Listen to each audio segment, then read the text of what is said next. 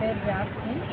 ఈరోజు నేను teacher MLC election voting చేశాను. లోపల అంతా ప్రశాంతంగా జరుగుతుందండి. రిసీవింగ్ కూడా బాగుంది. మా ఓటింగ్ మేము ఈ విధంగా సద్వినియోగం చేస్తున్నాం.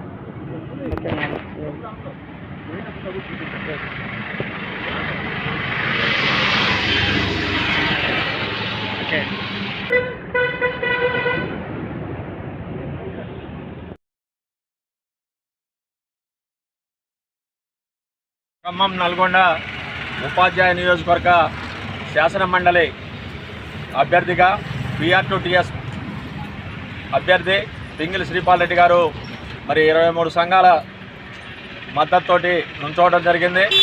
మరి ఈ రోజున మా సత్తుపల్లి బూత్లో 277కి 263 మంది మరి ఓట్లను వినియోగించుకున్నారు.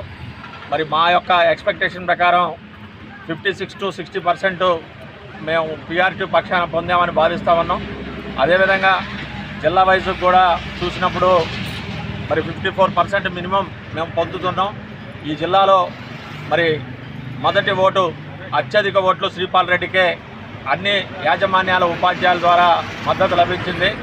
దానికి కారణం మరి 6 సంవత్సరాల్లో మరి ఇక్కడ గెలిచిన ఎమ్మెల్సీ గారు కావచ్చు, ఎవరైనా కావచ్చు, మరి అపరిష్కృతంగా ఉన్నటువంటి సమస్యలు ఇంకా ఉన్నాయనే భావంతో కొత్త అభ్యర్థిని గెలిపించాలా. అది PR2TS రాష్ట్ర సంఘ అధ్యక్షుడిగా పనిచేసిన శ్రీపాల్ రెడ్డి అయితే సమర్థుడు. ఎందుకంటే ఇంతకుముందు అతను 30% ఫిట్మెంట్ తోటి మరి అలా ప్రభుత్వం ప్రకటించకపోతే PRC నేను ఉద్యోగానికి రాజీనామా చేస్తానని చెప్పిన విషయం ఉపాధ్యాయులు అందరి మనసులో ఉంది. ఎందుకంటే గట్స్ ఉన్న నాయకుడు, దమ్మున్న నాయకుడు, ధైర్యం ఉన్న నాయకుడు PR2TS అభ్యర్థి శ్రీపాల్ రెడ్డి అని. మరి అదేవిధంగా అనేక చర్చల్లో ముఖ్యమంత్రితోటి, సబ్ క్యాబినెట్, మరి ఉప కమిటీలతోటి, హెల్త్ కార్డు విషయంలో కానీ ఇతరితర సమస్యల విషయంలో కానీ ఇప్పటికే ప్రభుత్వాలతో పలు దఫాలు చర్చించినటువంటి వ్యక్తి, పూర్తి అవగాహన ఉన్న వ్యక్తి.